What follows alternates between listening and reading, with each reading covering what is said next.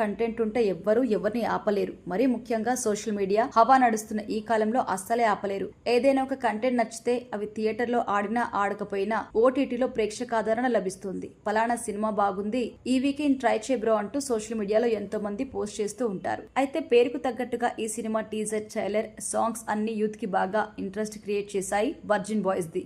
పైగా క్యాస్టింగ్ విషయానికి వస్తే Bigg Boss fame Shrihan, Mitra Sharma కూడా ఉన్నారు. మరి రీసెంట్ గా రిలీజ్ అయిన ఈ సినిమా ఎలా ఉందో ఒకసారి తెలుసుకుందాం. కథ విషయానికి వస్తే ఈ డిసెంబర్ 31 లోపు మేము వర్జినిటీ కోల్పోతాం, ఇదే మా ఛాలెంజ్ అంటూ ముగ్గురు కాలేజీ కుర్రాళ్ళు రోని, గీతానంద్, డుండి చేసిన శపథమే ఈ సినిమా స్టోరీ లైన్. సింపుల్ గా చెప్పాలంటే చిన్నప్పటి నుంచి బాయ్స్ స్కూల్స్, బాయ్స్ కాలేజ్ లో చదివిన ముగ్గురు కుర్రాలు కో ఎడ్యుకేషన్ కాలేజ్ లో ఫస్ట్ టైం అడుగు పెట్టాక వాళ్ళ ఫీలింగ్స్, అప్పటి వరకు అమ్మాయిలతో చనువుగా ఉండలేకపోయాము అనే వాళ్ళ ఆతృత, అప్పటి వరకు కళ్ళం వేసిన వయసు గుర్రాలు పరిగెడుతుంటే ఏం చేయాలి అనే వాళ్ళ బాధలు. ఇలాంటి సిచ్యువేషన్ లో ఎలాగైనా వర్జినిటీ కోల్పోవాలి, అసలు అదేంటో అంత చూడాలి అంటూ శపథం చేస్తారు. ఈ ఛాలెంజ్ లో విన్ అవ్వడానికి ఏం చేయాలా అని ఎదురు చూస్తున్న టైంలో ఈ ముగ్గురు కుర్రాలకి శ్లోక, లైలా, సరయు అనే అమ్మాయిలు పరిచయం అవుతారు. మరి వీళ్ళ ప్రేమలో పడ్డ మన వర్జిన్ బాయ్స్ వాళ్ళ ఛాలెంజ్ లో నెగ్గారా? మొత్తానికి డిసెంబర్ 31 లోపు వాళ్ళ వర్జినిటీ కోల్పోయారా? వీళ్ళ లైఫ్ లో కాలేజ్ పీఈటీ మాస్టర్ చెప్పిన మాటల ఇంపాక్ట్ ఏంటి, అసలు వీళ్ళ లవ్ స్టోరీ ఏంటో తెలుసుకుందాం. ఇక విశ్లేషణ విషయానికి వస్తే అమెరికాలో 18 ఏళ్లకే వర్జినిటీ కోల్పోతారట, కెనడాలో 17 ఏళ్లకే, అరే ఆ దేశంలో అయితే 16 ఏళ్లకే. ఇది సినిమాలో ఒక డైలాగ్. అసలు వర్జినిటీ అంటే ఏంటి? పెళ్లికి ముందు సెక్స్ కరెక్టా?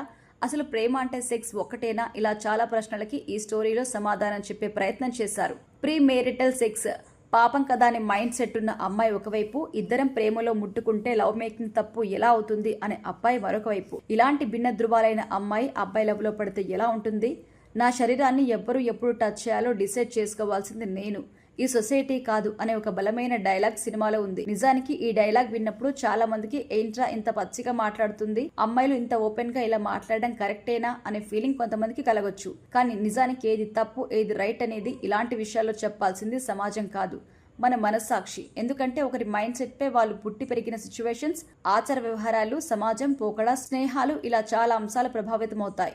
ఇద్దరు పలానా అబ్బాయిని పెళ్లి చేసుకోవాలని పెద్దలు నిర్ణయించి బంధుమిత్రులు అక్షంతలు వేసి తొలిసారి వాళ్ళు కలవడానికి ఒక ముహూర్తం పెడితే అది కరెక్టా లేదా అనే ప్రశ్నలు ఈ జనరేషన్ లో రావడం చాలా కామన్. అలా అని విచ్చలవిడితనం కూడా కరెక్ట్ అని చెప్పలేం. అందుకే ఇలాంటి విషయాల్లో ఏది తప్పు ఏది రైట్ అని జడ్జ్ చేసుకుంటే ఆయా పరిస్థితుల బట్టి, వ్యక్తుల స్వభావాల బట్టి నిర్ణయం తీసుకోవచ్చు. అయితే ఇప్పుడు వర్జిన్ బాయ్స్ సినిమాలో కూడా ఇదే జరిగింది. మన ఎడ్యుకేషన్ సిస్టమ్ లో సెక్స్ అనే పదం వినిపిస్తేనే అమ్మో భూత పదం అంటూ చెవులు మూసుకునే వాళ్ళు చాలా మంది ఉంటారు.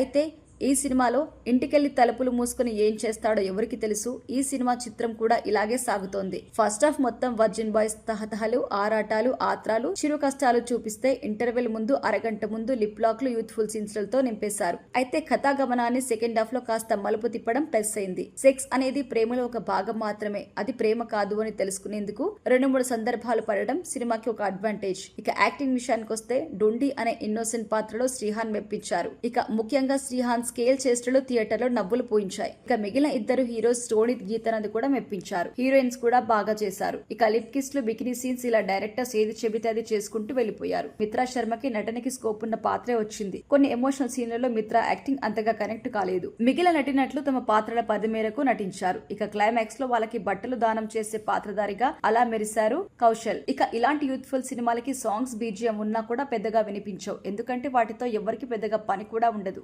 ఓవరాల్ గా చెప్పాలంటే వర్జిన్ బాయ్స్ ప్రేమ అంటే సెక్స్ మాత్రమే కాదయ్యో అనే లోతైన పరిశీలన ఉన్న సినిమా ఇది.